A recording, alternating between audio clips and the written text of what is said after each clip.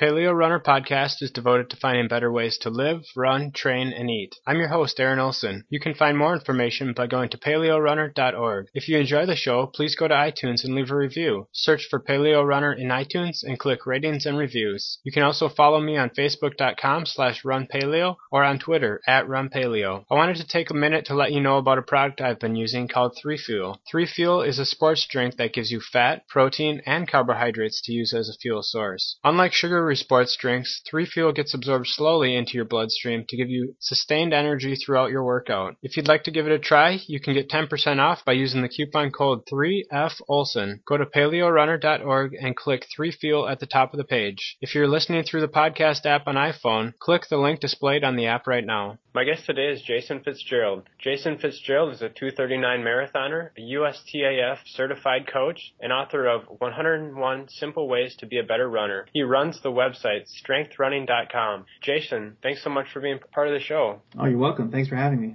Yeah, well, it's great to have you on here. You have a lot of great tips on your website, Strength Running, and one of the big things on there I found was that you're really into helping runners prevent injuries. Can you talk a little bit about what strength running is and why you talk so much about how to prevent injuries? Yeah, I think strength, injury prevention really is one of should be a top goal for every single runner. It should be a top priority for anyone who's running, more than say maybe 2 or 3 days a week. Anyone who has a time goal in a particular race, anyone who's trying to run longer races like the half marathon or the marathon, injury prevention is going to often be the difference between not reaching your goals and reaching your goals. Because if you stay healthy and, you're never laid out with consistent injuries and, those chronic aches and pains that derail so many runners, your training is just going to be so much more consistent. And I like to call consistency the secret sauce of training. That's really the magic pill, the magic bullet that, helps runners really accomplish, performance levels that, are true to their potential. So, if a runner can structure their training in a certain way, if a runner can do the necessary strength work and flexibility work that helps them stay injury free, then they're going to be able to run a little bit more. They're going to be able to recover, do faster workouts. And, at the end of the day, that's the difference between, a PR and kind of staying at the same performance level that you've been at, for years and years. I don't think that, when I say performance and all those, chasing PRs, a lot of runners get hung up on the fact that might be the territory of only fast runners and runners who are at a much more competitive level. But even beginner runners set time goals for themselves, whether that's break 30 minutes in the 5K or to break 5 hours in the marathon. At a certain point, whenever you start chasing a time goal, then you're chasing a certain performance level. And if you're doing that, then you're not really just running anymore. You're really training. And when you're training, you need to structure your whole program totally differently. You need to take what competitive runners are doing and then scale it to a level that you can do. And part of that is injury prevention efforts. So it's absolutely critical to the training puzzle, and I consider it just as important as the running itself. The workouts are important, the long runs are important, but what you do on a day-to-day basis to stay healthy is just as important as well. Yeah, that's something that I found really important for myself as far as for years I would struggle with injuries where I would train for a month or two or sometimes 3 months, but then I would eventually get another injury. And I could never really progress the way I wanted to until I found out a way to train that allowed me to not get injured, because you're never going to really achieve your potential, I don't think, if you're constantly getting setbacks. Are there any major running injuries that you've had to deal with that have set you back? Oh, yes. I've had pretty much them all. My college career, and then for about 2.5 years after I graduated college, I experienced Achilles tendinopathy, IT band syndrome. My sacroiliac joint was chronically misaligned. I had plantar fasciitis, a lot of other arch strains, calf strains. I've been lucky that I've never had a knee injury, besides ITBS, which, the pain presents at the knee in most cases. But, I've never had patellofemoral pain syndrome or runner's knee. So I've been lucky in that regard. But pretty much everything else I've had the pleasure of having, ironically. You mentioned... Yeah, I've found... Oh, I'm sorry, go ahead. Go ahead.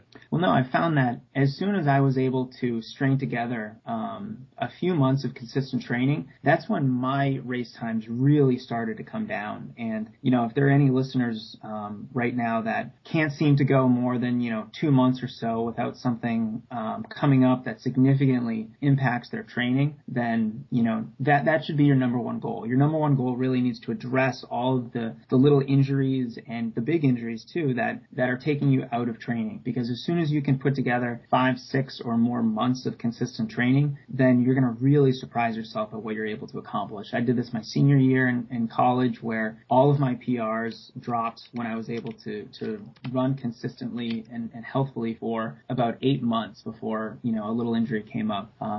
The last, I don't even know how long it's been. I think since early 2009, I haven't had a significant injury since then. Oh, wow. And, I was able to recover from a really bad case of IT band syndrome that I got after the 2008 New York City Marathon, where I ran 2:44. And since then, I've improved my marathon time down to 2:39, taking over 5 minutes off that first marathon time. And, I've just had this amazingly consistent string of training since then. I've set annual mileage records twice now, and I'm on track to do it again in 2013.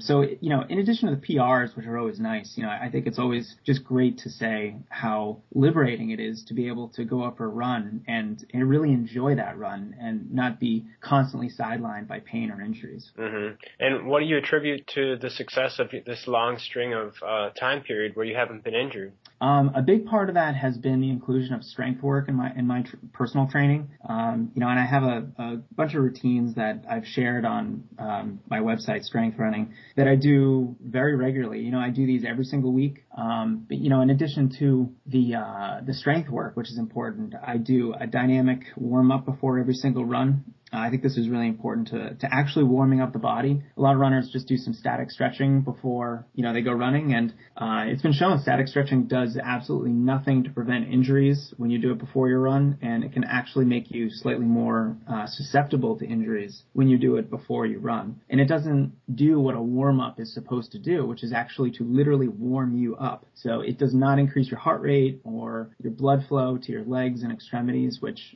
that's the number one goal of a good warm up. So, those two things have been really instrumental in keeping me healthy and injury free, but also I've made some changes to how I train. I'm a lot more in tune with my body. I don't stick to my training schedule as rigidly as I used to. I listen to my body a little bit more, and if I feel some soreness or a little bit of pain, then I back off immediately. And in 99% of cases, I'm back to training at a normal level within like 2 days. And so that's not a real injury. Mm-hmm.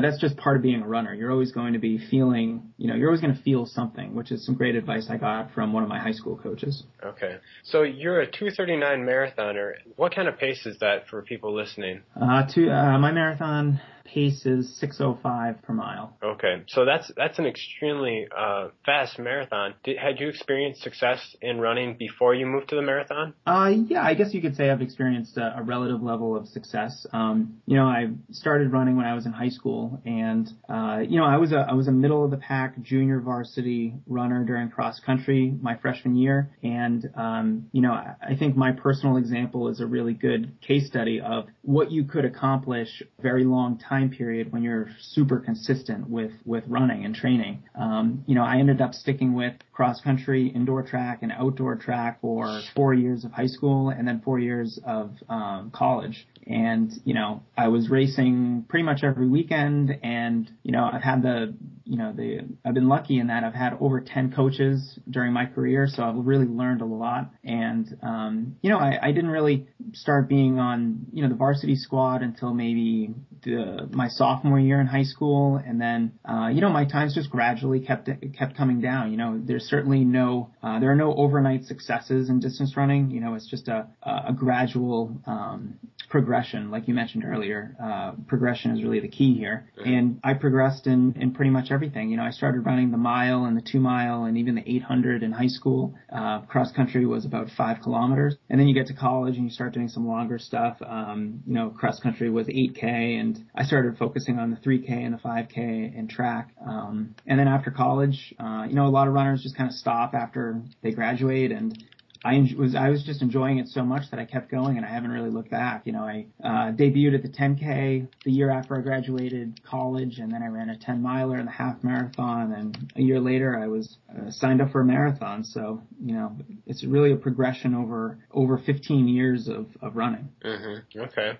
So tell me a little bit more about what your training is like. You said that as you've gotten older and trained more, you've taken a different approach, and where you listen to your body more. What does that look like for you on a day-to-day or week-to-week basis? Well, you know, a couple of the big things is really, you know, I do a dynamic warm-up before all of my runs. I do strength work. Every day that I run, I do some level of strength work. You know, that could be just 10 minutes of some relatively easy body weight stuff. Or, you know, recently I've been going into the gym and doing some more advanced stuff that, you know, admittedly I don't really enjoy. I don't like the gym. I don't like to lift weights, but I know how beneficial it is for runners. So, you know, I stick with it. But in addition to that, you know, the actual training structure is really important too.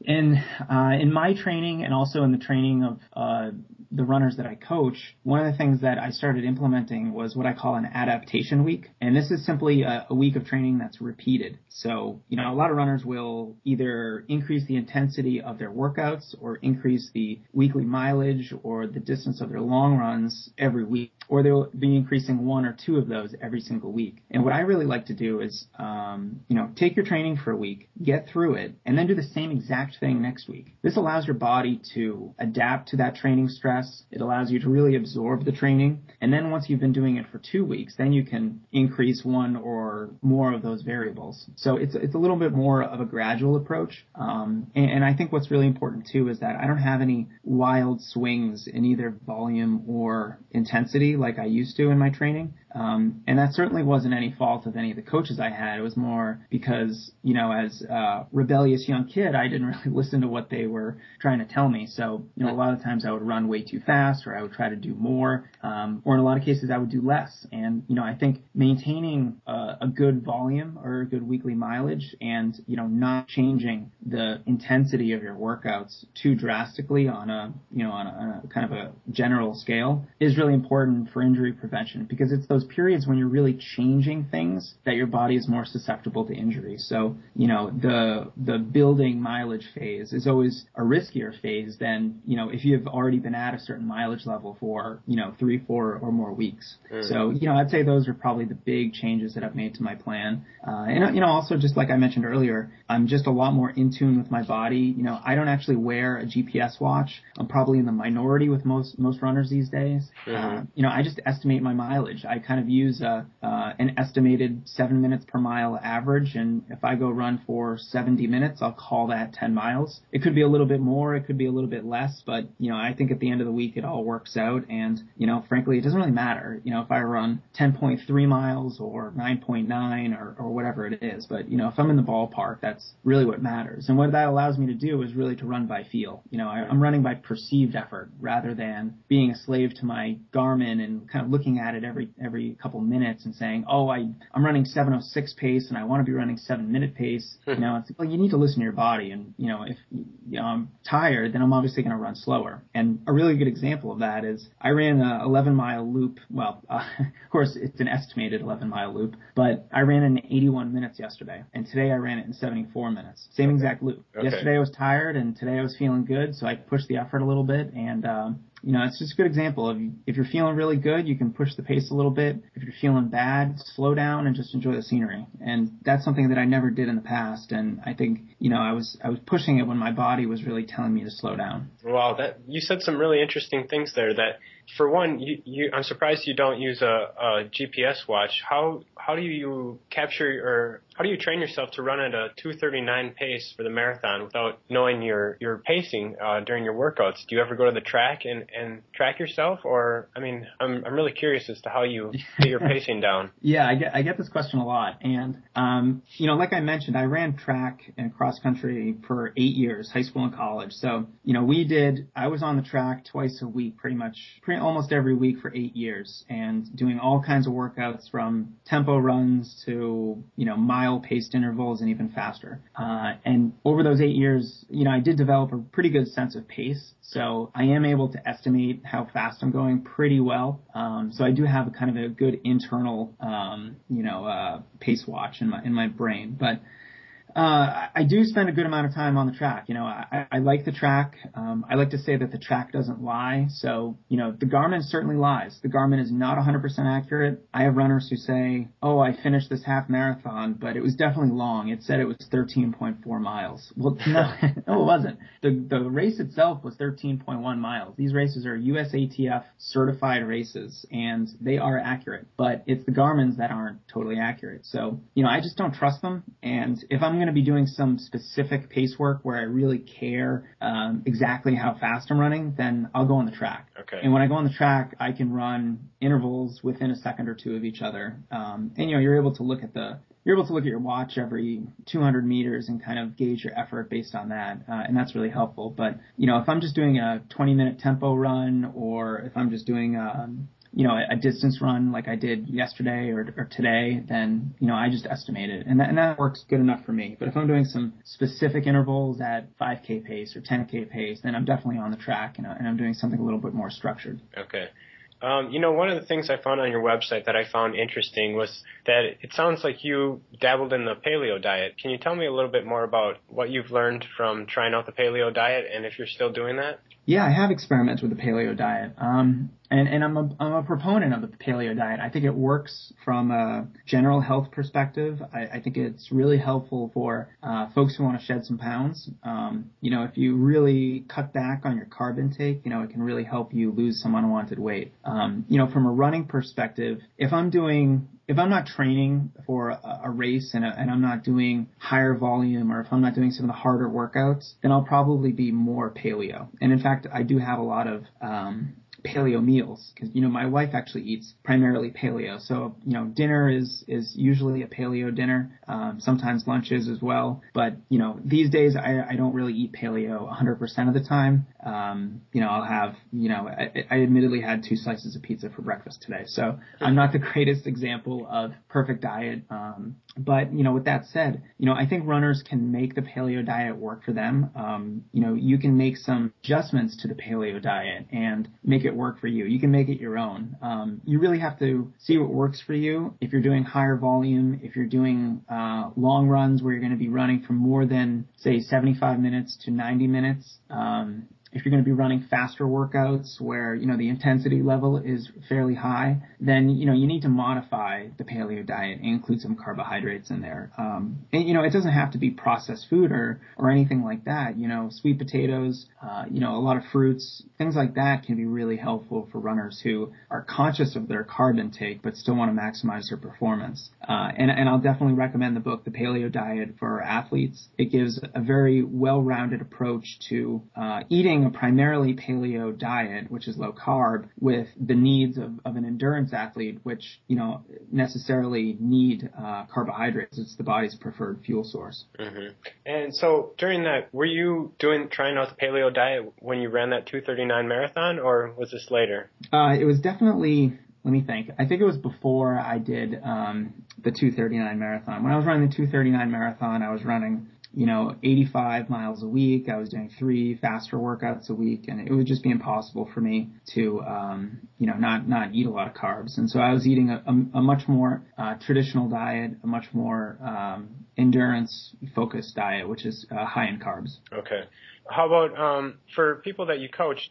Have you ever had anyone try out the paleo diet during longer races like marathons? And what kind of things would they eat on the course? Would you just say stick with the basics, the goos and the Gatorades, or is there anything that they need to do different? Well, I've never coached a runner who adhered to the paleo diet during a marathon. I have coached runners who adhere mostly to the paleo diet during training. And then when the training reaches the peak phases, that's when, you have to modify it. You have to start including more carbohydrate to fuel for, the 20 milers, to fuel for those long marathon paced workouts. And you also need to include some carbohydrate after those workouts to restock your body's glycogen stores. So, I've never, and I would never recommend that a runner, go through a marathon training cycle without eating, some quality sources of carbohydrate, because, at a certain point, you need to understand that, the paleo diet is helpful for weight loss. I think it's a very healthy diet, and I think for most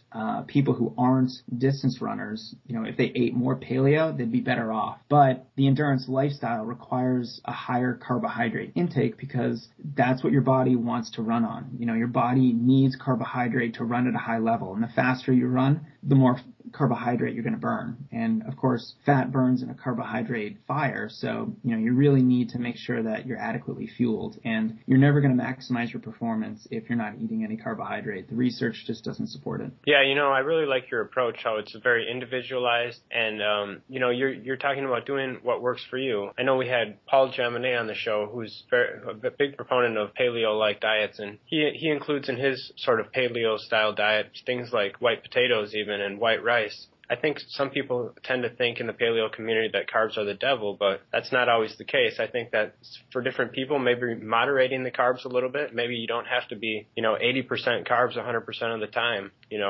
For me, I found that slightly moderating the carbs has really helped with some stomach issues, and helped me to get through some of those longer workouts. Yeah, absolutely. Every runner, and if certain sources of carbohydrate bother your stomach, or if a lower carbohydrate diet is easier on your digestive system, then absolutely do what works for you.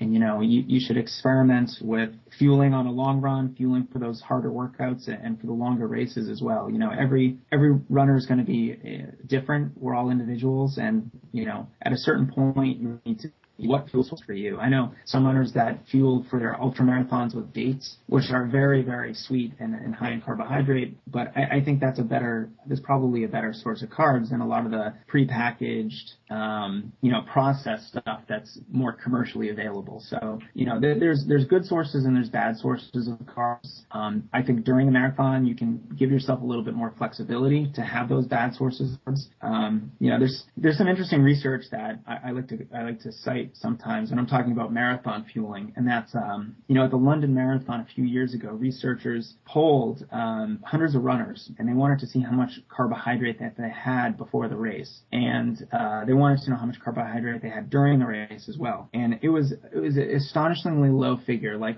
only 13% of runners were adequately fueled with carbs before the race, and those that were fueled ran about 12% faster. And 12% is significant. That's significantly faster. So, you need to find what works for you, but you also need to understand that, carbohydrate is what fuels the body. And if you're trying to run fast or chase some sort of goal time or Boston qualifying time, then, you do have to carb load before a marathon. It's just one of those things that you got to do. Well, Jason, it's been great talking with you today, and you've given us a lot of information, especially regarding injuries and diet. Where can we find out more about you? Well, my home base is my website, strengthrunning.com. And I guess if you're on Twitter, you can follow me, JasonFitz1. That's my Twitter handle. Great. Well, Jason, thanks so much for being part of the show. Yeah, thanks for having me. It's been a blast. You've been listening to another episode of Paleo Runner Podcast. For more information, go to paleorunner.org. Thanks for listening.